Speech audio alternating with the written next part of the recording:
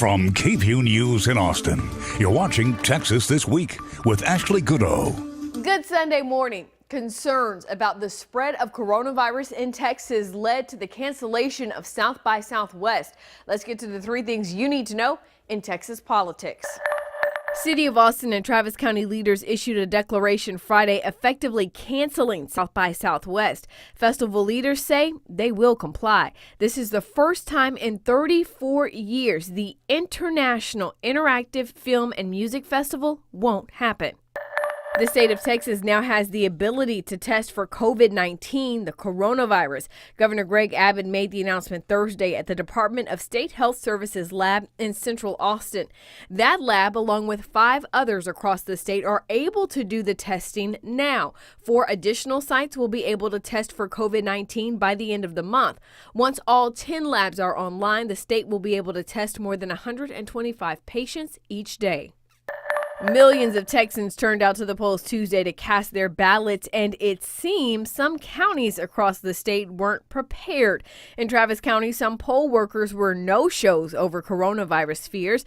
Hays County election staff say it took longer than normal to process voters, but perhaps the most extreme waits happened in Houston. The line at Texas Southern University was so long, poll workers passed out pizza. Some people waited 7 hours to vote. Now, several Texas lawmakers are planning a hearing to discuss the issues. The Texas Civil Rights Project is calling on the Secretary of State to make changes, and national and local Democratic organizations are suing the state of Texas to try and prevent a law that passed in 2017 from going into effect. The law that was passed on party lines ends straight party ticket voting for the November election. Democrats argue it will make the already long wait times even longer and disproportionately impact Black and Hispanic voters. Not only did Super Tuesday lead to a late night and early morning for voters, election workers, and campaigns, problems with results reporting left some campaigns thinking they won and others with fingers crossed hoping they'd make it to a runoff. Co-founder and executive editor of the Texas Tribune, Ross Ramsey, joined me to discuss the election.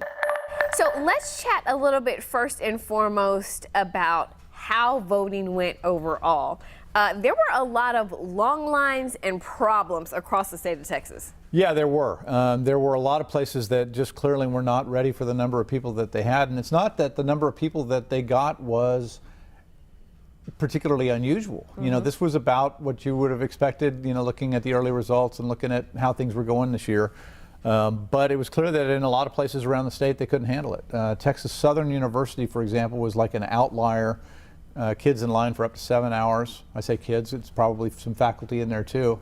But that's a long time to wait for anything, and it amounts to a kind of voter suppression. You've got to think that some people looked at that and said, no, thank you. You've got to think that some people got in that line and after 3 hours were like, I got to go get the kids, the dog needs to get out, all of those kinds of things.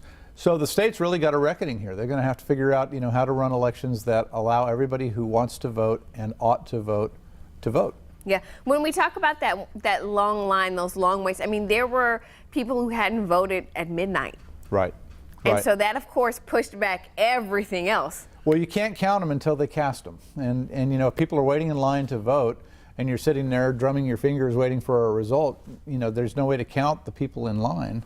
So you don't get a final result, so it takes a while. And, you know, ultimately, a day delay in voting totals isn't going to kill anybody.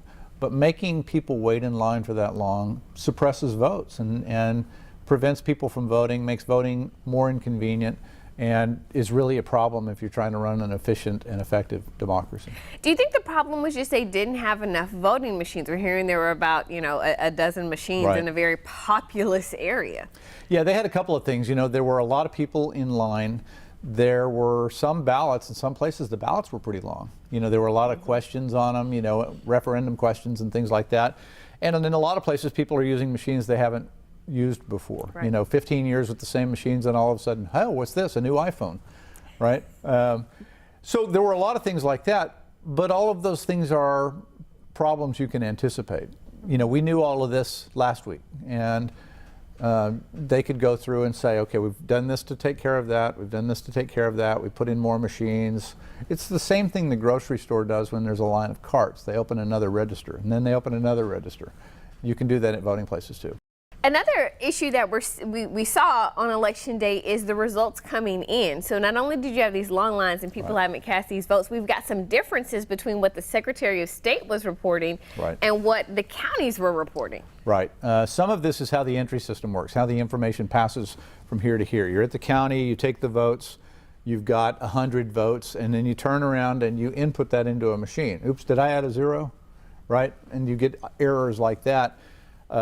And the reconciliation of making sure the results are right, wasn't all there. A lot of that is new machines. A lot of that is, new things like countywide voting in new places around the state. There's a lot of change going on, and there are a lot of things that make it difficult to do. But still, it didn't operate right for the customers, for the voters. And this impacted several campaigns. Here in Austin area, one of the big campaigns that was impacted by this is the District 10 congressional seat. Right. For the Democrats. Tell us what happened there. Well, so there was a counting problem. If you looked at the Travis County election site, Mike Siegel was in front with something like 24,000 votes. If you looked at the Secretary of State's site, Mike Siegel was in front by 70,000 votes. And it's because they had a different number for the Travis County vote than Travis County itself had. That's an entry error somewhere. But it had people getting up, the morning after and looking at it and say, hey, Siegel won without a runoff, when in fact it's a runoff. So there's obviously going to be a lot of finger pointing going forward with this. Right. Yeah, I think the first thing, and probably the most important thing, is kind of, this is built to allow people to vote, and to allow people to vote efficiently and effectively and without too much hassle. And those things didn't work. There was a bunch of hassle, there were long lines, there were some problems with, people getting used to machines. That's kind of a normal thing. But, if you're trying to run an election system that's smooth and friction-free and efficient, and everybody goes, well, there was nothing to that, I'll vote next time too. This wasn't that system. Let's talk about some of the races. Obviously, the big ticket on the Democratic side was the race for president. And were you surprised at all that former Vice President Biden took Texas? I was a little bit surprised at the strength of it. He won with more than 30%. He spread the difference. A lot of the polling has showed he and Bernie Sanders kind of neck and neck. Some of it was different, but a lot of neck and neck polls. And clearly the news of the last couple of days before the election helped Biden here as it helped him in other places, and he got a significant win out of it. He's going to, get some delegates out of here. They got to fight now. The next morning, Bloomberg got out of the race, so the Democrats are starting to fall in line. And 2 weeks ago, we were all talking about, wow, there's still too many candidates here, and now it's kind of tick tock, tick tock. We're playing musical chairs really fast. Yeah. And I think, you get another week or two of results like these from the remaining primary states, and pretty quickly you're down to two people in this race. I want to chat with you about the biggest statewide race, and of course that is the Democratic race for Senate. Right. No surprises here that it's going to go to a runoff and that MJ Hagar is going to be in it. Yeah, it was, the results were interesting and kind of what I expected them to be. If you looked at the statewide numbers, you got a picture. But if you cracked it open and looked at geographic numbers, you got a completely different picture. Royce West did really well in Dallas-Fort Worth. And if you went down to Houston, it was more Amanda Edwards and Chris Bell. Central Texas was MJ Hager. They all had their geographic points of strength. Hager had a little more money than the other candidates, a little more name ID. Little more money? A little more money. She didn't have the kind of money that, lets you do Bloomberg-style advertising all over the state. But she had enough money to get her name known enough in the areas that she wasn't from to overcome some of those geographic differences. That's why she finished first. Second place was a muddle. All night it was like a dot race. This one, no, I think it's going to be that one. Everybody in the newsroom was laying down bets. And when you finally counted out, it was a very, very close race. So we're going to have a runoff there. We've got a lot of runoffs. If you go through the ballot, we're going to be pretty busy in May. May 26th is a hard time to get people out to vote. They don't have the marquee race of the president. Maybe the Senate will turn into a marquee race and you'll get a turnout, but that's going to be the candidate challenge ahead. The runoff election is May 26th. In addition to the battle between MJ Hagar and State Senator Royce West for U.S. Senate, in our area there are also runoffs for 4 congressional seats, 2 state house seats, the Travis County Attorney and District Attorney. The deadline to register to vote in the runoff is April 27th. That's Texas This Week.